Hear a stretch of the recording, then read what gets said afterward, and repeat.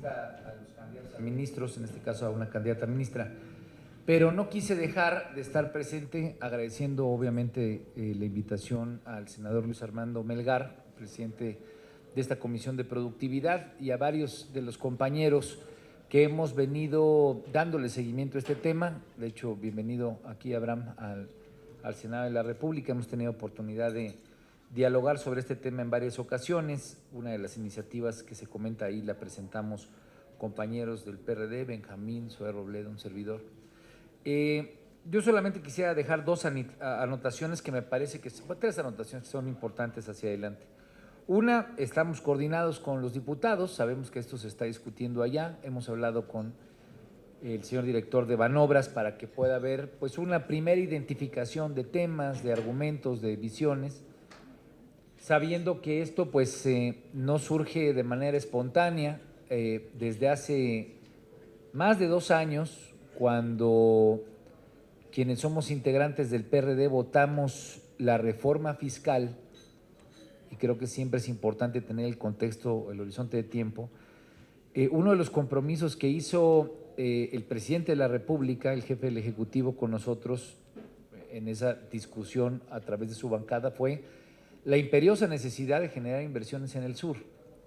Como senador por Guerrero, hablo de 28 de septiembre, el 13 de septiembre de aquella época, del 2013, habían ocurrido hechos terribles en cuanto a precipitaciones pluviales. El huracán Manuel Ingrid había pues devastado mi tierra, y en ese contexto que se vivía se pensó la necesidad de generar toda una dinámica distinta de inversiones para el sur. Hablo por Guerrero, pero obviamente también rescato la visión hacia Oaxaca y hacia Chiapas como los estados que recurrentemente se mencionan como los que tienen menor productividad laboral, menores índices educativos, etcétera. Desde aquel momento se comentó el área de oportunidad en el puerto Lázaro Cárdenas, que es un puerto que compartimos en cierto sentido dinámica demográficamente, hasta familiarmente, con Michoacán, Salina Cruz y su horizonte hacia el istmo en Coatzacoalcos, y el puerto Chiapas. Las consideraciones que quiero dejar son las siguientes. Esas son, bueno, el istmo, pues eso es algo de lo que desde época de Benito Juárez se hablaba, ¿no? Benito Juárez tiene ahí su detalle en la historia compleja, ¿no?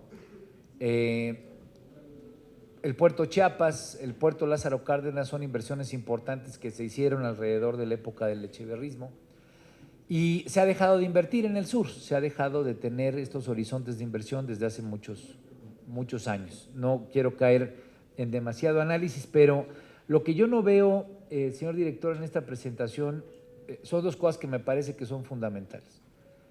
Cuando tenemos niveles distintos de productividad entre el norte y el sur, no es porque los mexicanos del norte, y aquí hay amigos que aprecio muchísimo del norte, tengan una condición, digamos, genómica distinta. Como mexicanos y como hombres y mujeres de trabajo, hemos tenido una serie de condiciones de inversión, de dinámicas estructurales que han posibilitado que muchos de nuestros paisanos y paisanas ocupen en Tijuana cargos de trabajo, que en Ciudad Juárez tengan oaxaqueños, guerrerenses, chiapanecos, importantes colonias michoacanos de desarrollo y de ámbito. ¿Qué es lo que quiero decir con esto?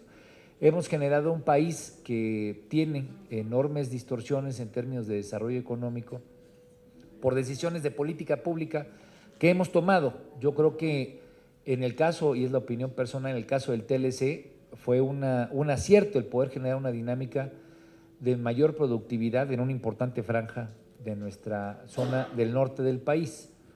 Hay quienes no opinan eso, yo esa es la opinión que he mantenido siempre.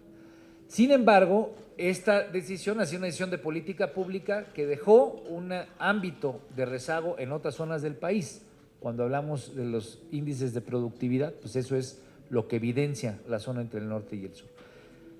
Falta de inversión en infraestructura, todo lo que usted ha mencionado, pero lo que yo no encuentro en esta presentación es la zona económica especial. Pareciera en la presentación que es una suerte de lunar. No encuentro yo una narrativa de hacia dónde va el país. Cuando se pensó en el Tratado de Libre Comercio, y por eso quiero poner este horizonte de una narrativa hacia adelante, es se pensó, digamos, en generar importantes polos de convergencia de productividad con los Estados Unidos. Aquí no está eso. Y rescato de su presentación que usted dice, ¿dónde han fallado las zonas económicas especiales? Ahí donde hay ausencia de articulación, donde han sido simples enclaves sin conexión con otros sectores. Por eso quiero hacer mi comentario en dos dimensiones. Una, no veo, y no es algo que hemos todavía discutido, las zonas económicas estratégicas, ¿para qué, dónde, cuándo y cómo? O sea, ¿cómo vamos a hacer que Lázaro Cárdenas sea el puerto más importante del mundo por el área de expansión que se tiene en términos de crecimiento e intercambio comercial con Asia? Eso no está. Eso no está ni siquiera en el discurso del presidente, ni está en el discurso del gobierno federal, ni en la posición como país. No es mi intención hacer un argumento partidista. Creo que ahí nos falta conectar esta presentación con otras discusiones que están en ciernes. El TPP, sin duda alguna, será un área de muchas contradicciones, de mucho debate, pero en el cual tendríamos como país que tener una visualización de dónde queremos que esté México y dónde queremos que estén sus zonas geográficas. Hablamos de las costeras, por lo menos es las que yo represento en el caso de Guerrero, y en dónde es donde las queremos ver en los próximos 20 años. Las zonas económicas se encuentran en una racionalidad, en una narrativa de ese tipo, primero. Y segundo, algo que yo he tenido oportunidad de comentar con usted y que no encontré en la iniciativa que fue presentada. Lázaro Cárdenas, y disculpen si vuelvo a insistir en eso, pero pues es el que me ocupa como senador por Guerrero, tiene todo lo que describe su presentación. Tiene una infraestructura importante, competitiva, que puede crecer, sin duda alguna, tiene un contexto de recinto aduanero, tiene la posibilidad de conectar con gas natural, de los pocos lugares que tiene en el país, pero es un lunar en términos de la carencia que tiene mi estado y que tiene Michoacán, Estado de Derecho. Todo lo que usted comenta, y vuelvo a citar su planteamiento, han fallado ahí donde hay ausencia de articulación, donde han sido simples enclaves sin conexión.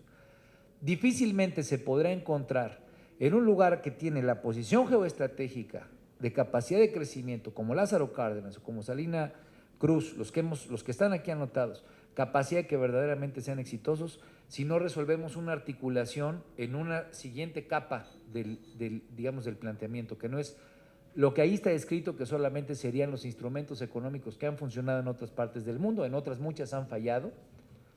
Vamos a pensar en las que ha sido exitoso como China, pero si hablamos de Lázaro Cárdenas, primero que nada hay que garantizar que esa carretera sea plenamente soberana, que el Estado de Derecho sea pleno para que si queremos bajar de Morelia hacia Lázaro Cárdenas o si queremos ir de Lázaro Cárdenas a Acapulco o si queremos ir de Acapulco la interconexión que pueda tener eventualmente con la Ciudad de México y lo que tengamos sea una vigencia plena del Estado de Derecho. No hablo solamente en términos de seguridad, hablo en términos de derechos de propiedad, hablo en términos de muchas de las carencias que esta presentación no tiene, que la iniciativa no considera y que me parece, y con eso terminaría, que la parte o la denominación de áreas de influencia es insuficiente.